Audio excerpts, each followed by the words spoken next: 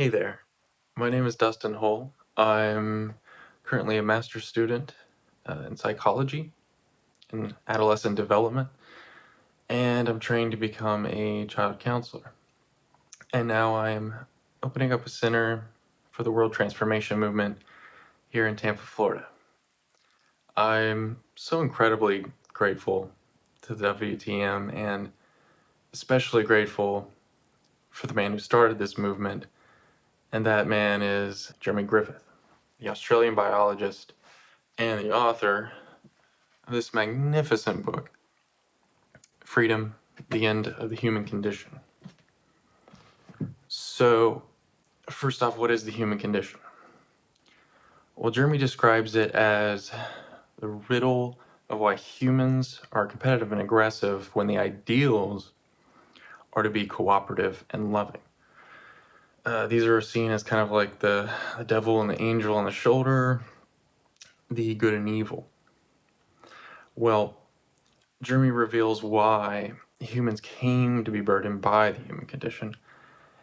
An answer we've been searching for ever since really not long after the dawn of consciousness. So, with that understanding of what the real issue is, the real battle is inside of us, we can end this condition and eventually all human conflict on Earth.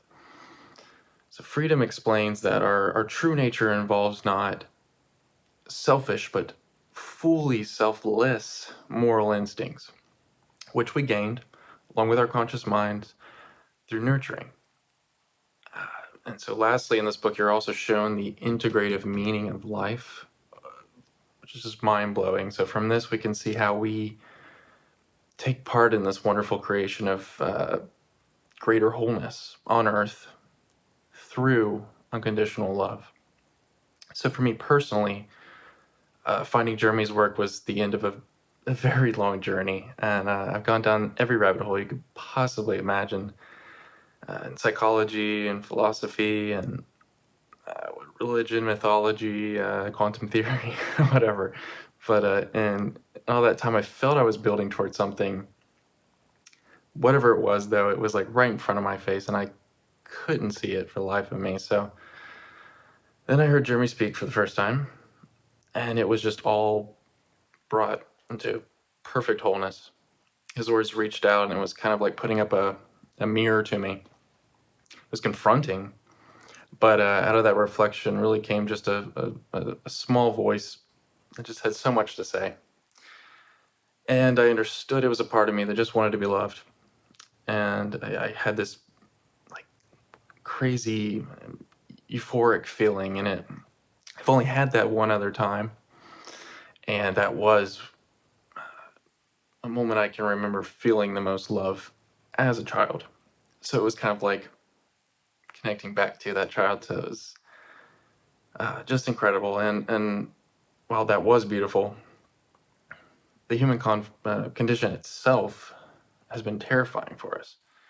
Uh, every generation, we find more convoluted ways of preoccupying ourselves. I think it was Carl Jung that wrote that people do anything, no matter how absurd, to avoid facing their own souls. But with freedom, we can now come out of that absurd Plato's cave of denial and into the sunlight of the real world. And Jeremy's desire is to help pull us out of that cave, to build you a bridge back to your true self. And he spent decades mining this priceless first principle biological explanation only to make it free for everyone. And it's a truth that was like a lighthouse for me, and it soon will be for all of humanity. I'm absolutely sure about that. And Jeremy is the keeper of that light, and I have no doubt that this is the holistic, loving message we've longed for, because it's coming from a mind that mirrors it. I've been in academic circles for at least long enough to know that someone like Jeremy had to come along to get us out of this mechanistic, fragmented way of seeing the world.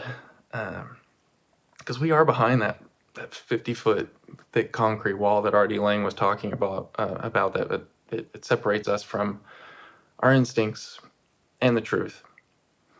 And we can barely look at the wall anymore, let alone think of ways to break through it. So luckily, Jeremy saw that behind a thin veil instead, let's say. And now that veil's been lifted.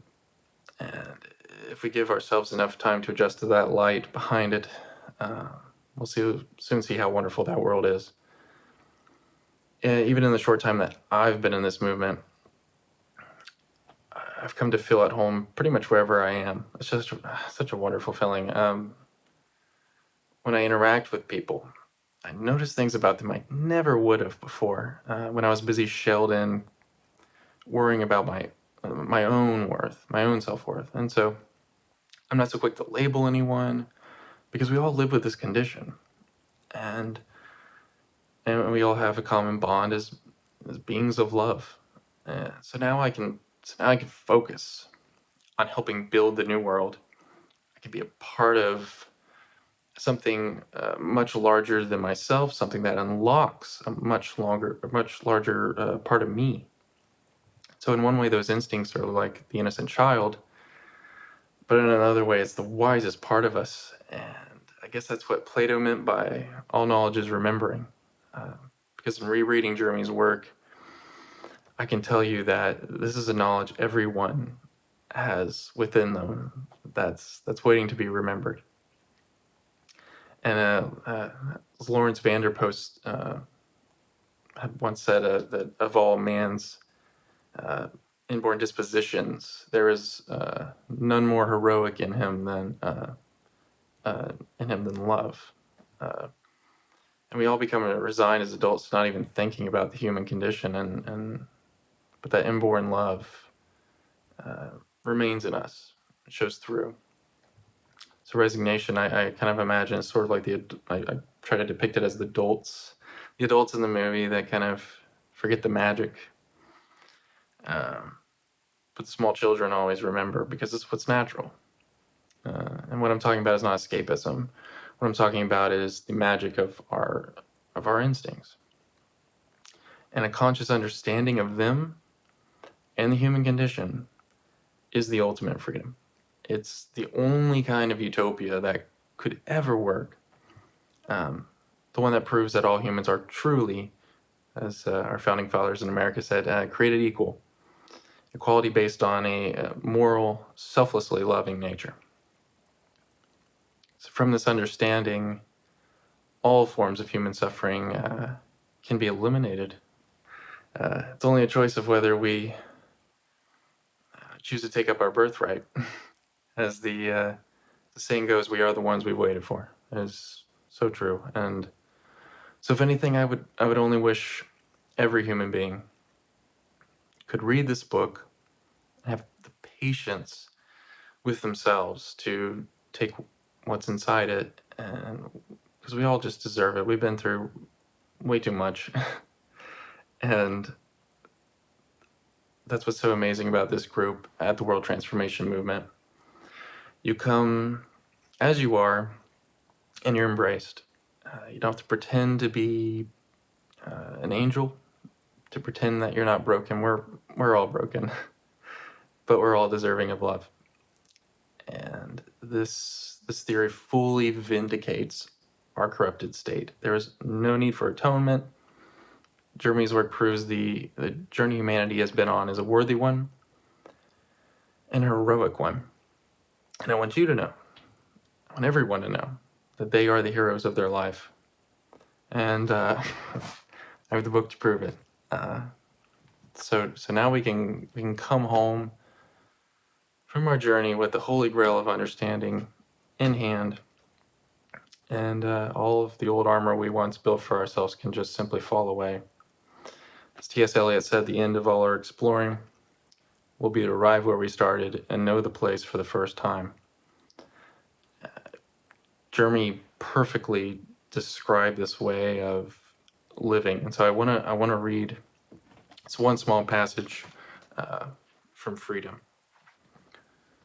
All our egocentric, embattled posturing to get a win out of life, all our strategizing every minute of every day to try to find a way to compensate for feeling inadequate or imperfect or bad about ourselves can suddenly end.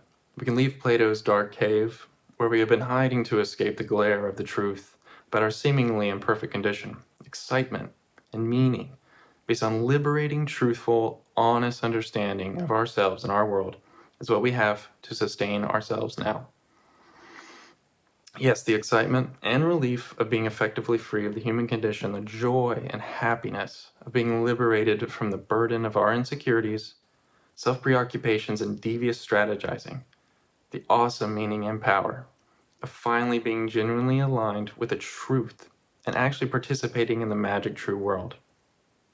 The wonderful empathy and equality of goodness and fellowship that understanding of the human condition now allows us to feel for our fellow humans, the freedom now to effectively focus on repairing the world, and above all, the radiant aliveness from the optimism that comes with knowing our species' march through hell has finally ended, and that a human condition-free new world is coming, can now transform every human, and thus the world. Martin Luther King once said that, I believe unarmed truth and unconditional love will have the final say in reality. And, the unarmed truth is here, and it is of unconditional love. So I want to thank you for watching this, and welcome home.